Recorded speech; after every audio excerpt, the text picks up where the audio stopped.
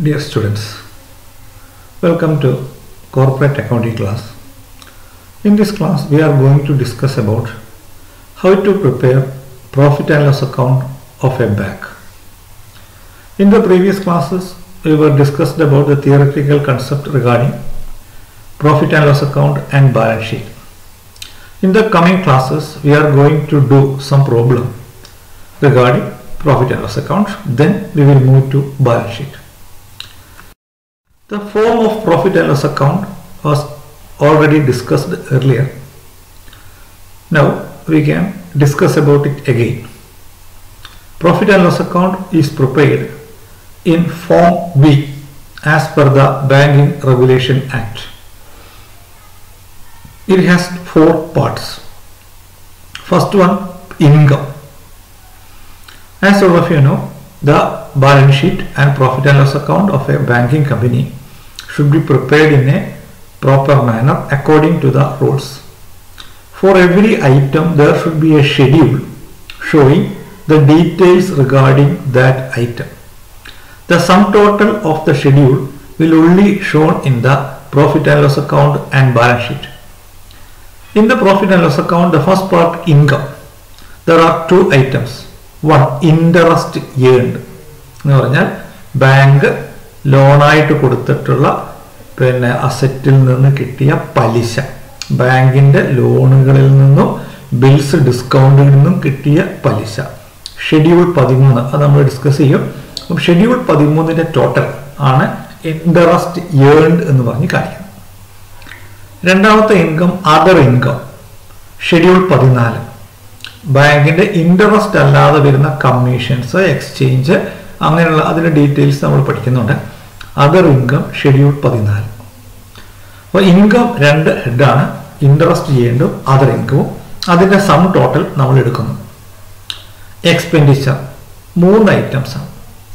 Interest expended എന്ന് പറഞ്ഞാൽ bank deposit ആയിട്ട് വാങ്ങിയ തുകയ്ക്ക് കൊടുക്കുന്ന പലിശ, അതാണ് ഇൻട്രസ്റ്റ് എക്സ്പെൻഡഡ്.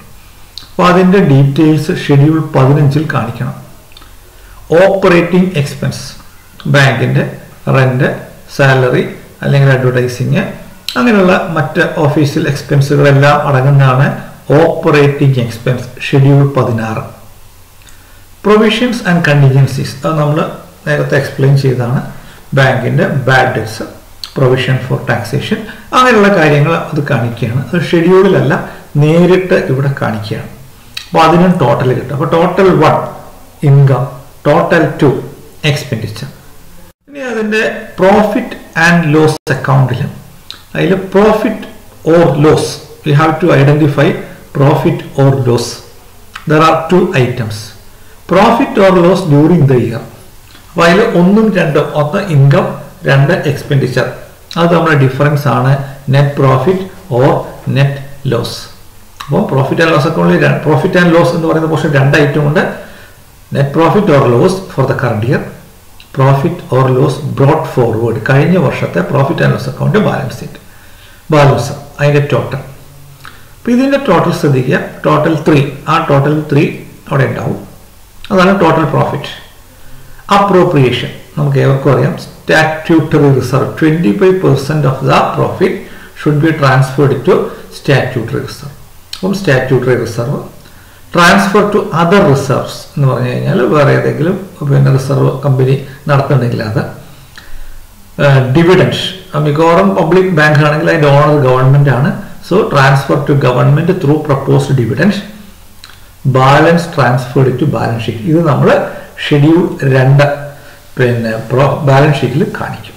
അപ്പോൾ പ്രോഫിറ്റ് ആൻഡ് ലോസ് അക്കൗണ്ട് 4 ഐറ്റമാണ്: income, expenditure, profit or loss, appropriation. ഇനി ഇതിൻ്റെ ഓരോ ഷെഡ്യൂളായിട്ട് നമുക്ക് ഡിസ്കസ് ചെയ്യാം. ഒന്നാമത്തെ ഷെഡ്യൂൾ ഇൻട്രസ്റ്റ് ഏൺഡ്. ഇപ്പോൾ ഈ ഷെഡ്യൂളുകൾക്കെല്ലാം അതിൻ്റെ ഫോമിൽ 2 ഇയർ കാണും, കറണ്ട് ഇയറും പ്രീവിയസ് ഇയറും. നമ്മളിപ്പോൾ ഇവിടെ കറണ്ട് ഇയർ മാത്രമേ റെക്കോർഡ് ചെയ്യുന്നുള്ളൂ, അത് ശ്രദ്ധിക്കുക. ഫോമിൽ കറണ്ട് ഇയർ പ്രീവിയസ് ഇയർ കാണും. ഇൻട്രസ്റ്റ് ഏൺഡ് അതിൻ്റെ ഡീറ്റെയിൽസ് ഷെഡ്യൂൾ 13 കാണിക്കുന്നത്. ഇപ്പോൾ ഷെഡ്യൂൾ 13 എന്ന് പറഞ്ഞാൽ സെപ്പറേറ്റ് സ്റ്റേറ്റ്മെന്റ് ആണ്. അതിൽ വരുന്ന 4 items: interest or discount on advances or bills എന്ന് പറഞ്ഞാൽ ബാങ്ക് കൊടുത്ത ലോണുകളിൽ നിന്ന് കിട്ടിയ പലിശ, അതാണ് interest on advances. Discount on bills, bank കസ്റ്റമേഴ്സിന്റെ ബില്ല് ഡിസ്കൗണ്ട് ചെയ്ത് കൊടുക്കും. അപ്പോൾ ഡിസ്കൗണ്ട് ചെയ്യുമ്പോൾ ബാങ്ക് കസ്റ്റമറെ ഈടാക്കുന്ന ഒരു കമ്മീഷനാണ് ഡിസ്കൗണ്ട് എന്ന് പറയുന്നത്. അപ്പോൾ main source of income is interest and discount. അപ്പം interest and discount regarding loans and bills discount, അത് ഒന്നാമത്തെ ഐറ്റം. രണ്ട്, ഇൻകം ഫ്രം ഇൻവെസ്റ്റ്മെന്റ്. നമുക്കറിയാം bank will invest a huge amount in outside securities. അപ്പോൾ ആ സെക്യൂരിറ്റീസിൽ നിന്ന് ബാങ്കിന് ന്യായമായും ഇൻട്രസ്റ്റും ഡിവിഡൻറ്റും ഒക്കെ കിട്ടും, ഇൻകം കിട്ടും. അത് രണ്ടാമത്തെ ഐറ്റം ആണ്, income on investments by the bank. മൂന്ന്, interest on balance with RBI. ബാങ്കിന്റെ മേജർ ഫണ്ട് സൂക്ഷിക്കുന്ന reserve ബാങ്കിലാണ്.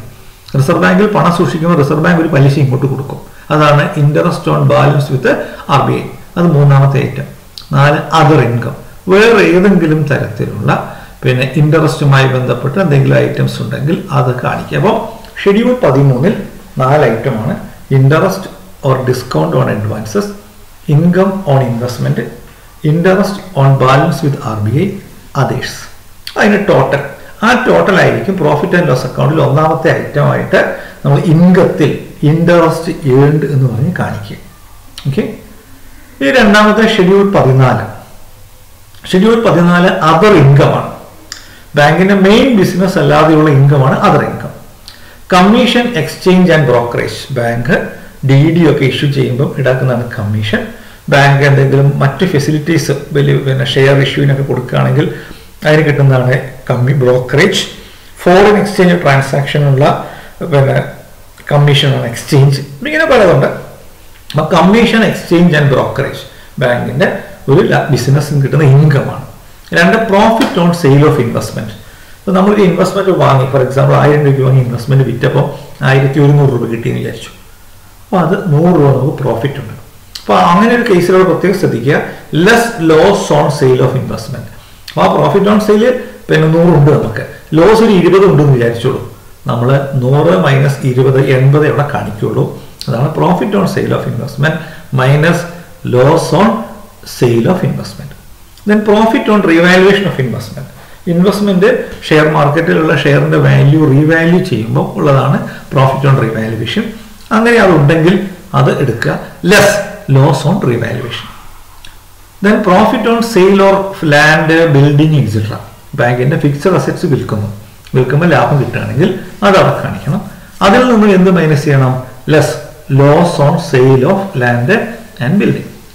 Profit on exchange transaction. ഏതെങ്കിലും foreign exchange transaction, foreign currency ഡീലിങ്സുമായി ബന്ധപ്പെട്ട് ലാഭമുണ്ടെങ്കിൽ അത് അവിടെ കാണിക്കുക, less loss on exchange. Income earned by way of dividend from subsidiaries എന്ന് പറഞ്ഞാൽ, ഇപ്പം സ്റ്റേറ്റ് ബാങ്ക് ഓഫ് ഇന്ത്യ നമുക്കറിയാം, സ്റ്റേറ്റ് ബാങ്ക് ഓഫ് ഇന്ത്യ കുറേ സബ്സിഡിയറീസ് ഉണ്ട്. അപ്പോൾ State Bank of India control ചെയ്യുന്ന ബാങ്കുകളാണ് സബ്സിഡിയറീസ്. അവരുടെ ലാഭം ആർക്കാണ് കിട്ടുക? ഈ ഹോൾഡിംഗ് കമ്പനിയായ SBIക്കാണ് കിട്ടുക. അപ്പോൾ അതാണ് സബ്സിഡിയറീസ്. സബ്സിഡിയറി ബാങ്കിൽ നിന്ന് കിട്ടുന്ന dividend. Miscellaneous income, for example rent received, അങ്ങനെ എന്തെങ്കിലുമൊക്കെ മിസെല്ലേനിയസ് ഇൻകം ഉണ്ട്. അപ്പോൾ ഷെഡ്യൂൾ 14 അതിൽ വരുന്ന 7 items: commission, exchange and brokerage, profit on sale of investment, profit on revaluation of investment, profit on sale of land and building, profit on exchange transaction, income earned by way of dividend from subsidiaries and miscellaneous income. ഈ 2 ഷെഡ്യൂളും കൂടിയുണ്ട്. Schedule 15 interest expended. Interest expended എന്ന് പറഞ്ഞാൽ പലിശ നമ്മൾ കൊടുത്തത്. നമ്മൾ പലിശ കൊടുക്കുന്ന 3 ഹെഡാണ്. ഒന്ന് ഇൻട്രസ്റ്റ് ഓൺ ഡെപ്പോസിറ്റ്സ്. നമുക്ക് ഫിക്സഡ് ഡെപ്പോസിറ്റ് ഉണ്ടാവും, കറണ്ട് ഡെപ്പോസിറ്റ്സ് ഉണ്ടാവും, സേവിംഗ് ഡെപ്പോസിറ്റ് ഉണ്ടാവും. 3നും നമ്മൾ ഇൻട്രസ്റ്റ് കൊടുക്കും. ഇൻട്രസ്റ്റ് ഓൺ ഡെപ്പോസിറ്റ്സ് അത് ഇൻട്രസ്റ്റ് എക്സ്പെൻഡ് ഒന്നാമത്തെ ഐറ്റമാണ്. 2, interest on RBI or other banks borrowing. Bank RBI നിന്ന് കടം വാങ്ങും, മറ്റു ബാങ്കിൽ നിന്നും വാങ്ങും. Sometimes there may be advances. ഈ ലോൺസിന് ബാങ്ക് കൊടുക്കുന്ന പലിശ, അതാണ് interest on RBI or other bank borrowings. Others, വേറെ ഏതെങ്കിലും തരത്തിലുള്ള എക്സ്പെൻസ് ഉണ്ടെങ്കിൽ അത്. അതിന് ടോട്ടലാണ് ഷെഡ്യൂൾ 15 നമ്മൾ എക്സ്പെൻഡിച്ചറിൽ കാണിക്കും. ഷെഡ്യൂൾ 16 ബാങ്കിന്റെ ഓപ്പറേറ്റിംഗ് എക്സ്പെൻസ് ആണ്. Payment to employee, salary, rent, rates, lighting ബാങ്കിന്റെ നോർമൽ ആയിട്ടുള്ള എക്സ്പെൻസ് ആണ്. Printing and stationery, advertisement, depreciation, directors' fees and allowance, auditors' fees, law charges, postage and telephone, repairs and maintenance, insurance, other expense, ഇതെല്ലാം കൂടി കൂട്ടും. ഇതെല്ലാം ബാങ്കിൻ്റെ സാധാരണയായിട്ടുള്ള expense ആണ് schedule 16. അപ്പോൾ ഈ 4 ഷെഡ്യൂളുകൾ പ്രിപ്പയർ ചെയ്ത് അതിൻ്റെ ടോട്ടൽ കിട്ടിക്കഴിയുമ്പോഴാണ് നമുക്ക് profit and loss account prepare ചെയ്യാൻ പറ്റുക. അപ്പോൾ ഈ ഷെഡ്യൂളുകൾ അതിൻ്റെ ഡീറ്റെയിൽസ് ഞാൻ ഫോട്ടോ എടുത്ത് ഗ്രൂപ്പിൽ ഇടുന്നുണ്ട്. നിങ്ങളെല്ലാവരും അത് എഴുതിയെടുക്കുക. നാളത്തേക്കുള്ള പ്രോബ്ലംസ്, നാളെ നമ്മൾ ചെയ്യുന്ന പ്രോബ്ലം ഇന്ന് ഞാൻ ഗ്രൂപ്പിലിടും. ആ പ്രോബ്ലം നിങ്ങൾ എഴുതിയെടുത്ത് ടെക്സ്റ്റ് നോട്ട്ബുക്കിൽ എഴുതിയെടുക്കുക. നാളെ അതിൻ്റെ സൊല്യൂഷൻ ഞാൻ തരുന്നതായിരിക്കും. അപ്പോൾ എല്ലാവരും ഈ ഷെഡ്യൂളുകൾ എഴുതിയെടുക്കുക. ഈ ഷെഡ്യൂളുകളും പ്രോഫിറ്റ് ആൻഡ് ലോസ് അക്കൗണ്ടിൻ്റെയും ഫോട്ടോ ഞാൻ എടുത്തിട്ട് ഗ്രൂപ്പിലിടും.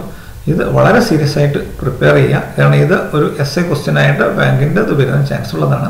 അപ്പോൾ പ്രോഫിറ്റ് ആൻഡ് ലോസ് അക്കൗണ്ട് എന്നുള്ള പോർഷൻ ഇന്ന് മുതൽ നമ്മൾ ആരംഭിക്കുന്നു. ഇത് കുറച്ച് ദിവസം അതിൻ്റെ പ്രോബ്ലംസ് നമ്മൾ ചെയ്യുന്നതായിരിക്കും. എല്ലാവരും അത് സീരിയസ് ആയിട്ട് അപ് ടു ഡേറ്റ് എടുക്കുക. നമ്മൾ അടുത്തൊരു വ്യാഴം തൊട്ട് മോഡിലേക്ക് മാറും. അപ്പോൾ എല്ലാവരും മോഡിലിൽ വർക്കൗട്ട് ചെയ്യാം. മോഡിൽ എന്തെങ്കിലും കൺഫ്യൂഷൻ ഉണ്ടെങ്കിൽ അത് നിങ്ങൾ ബന്ധപ്പെടാം. Okay, thank you.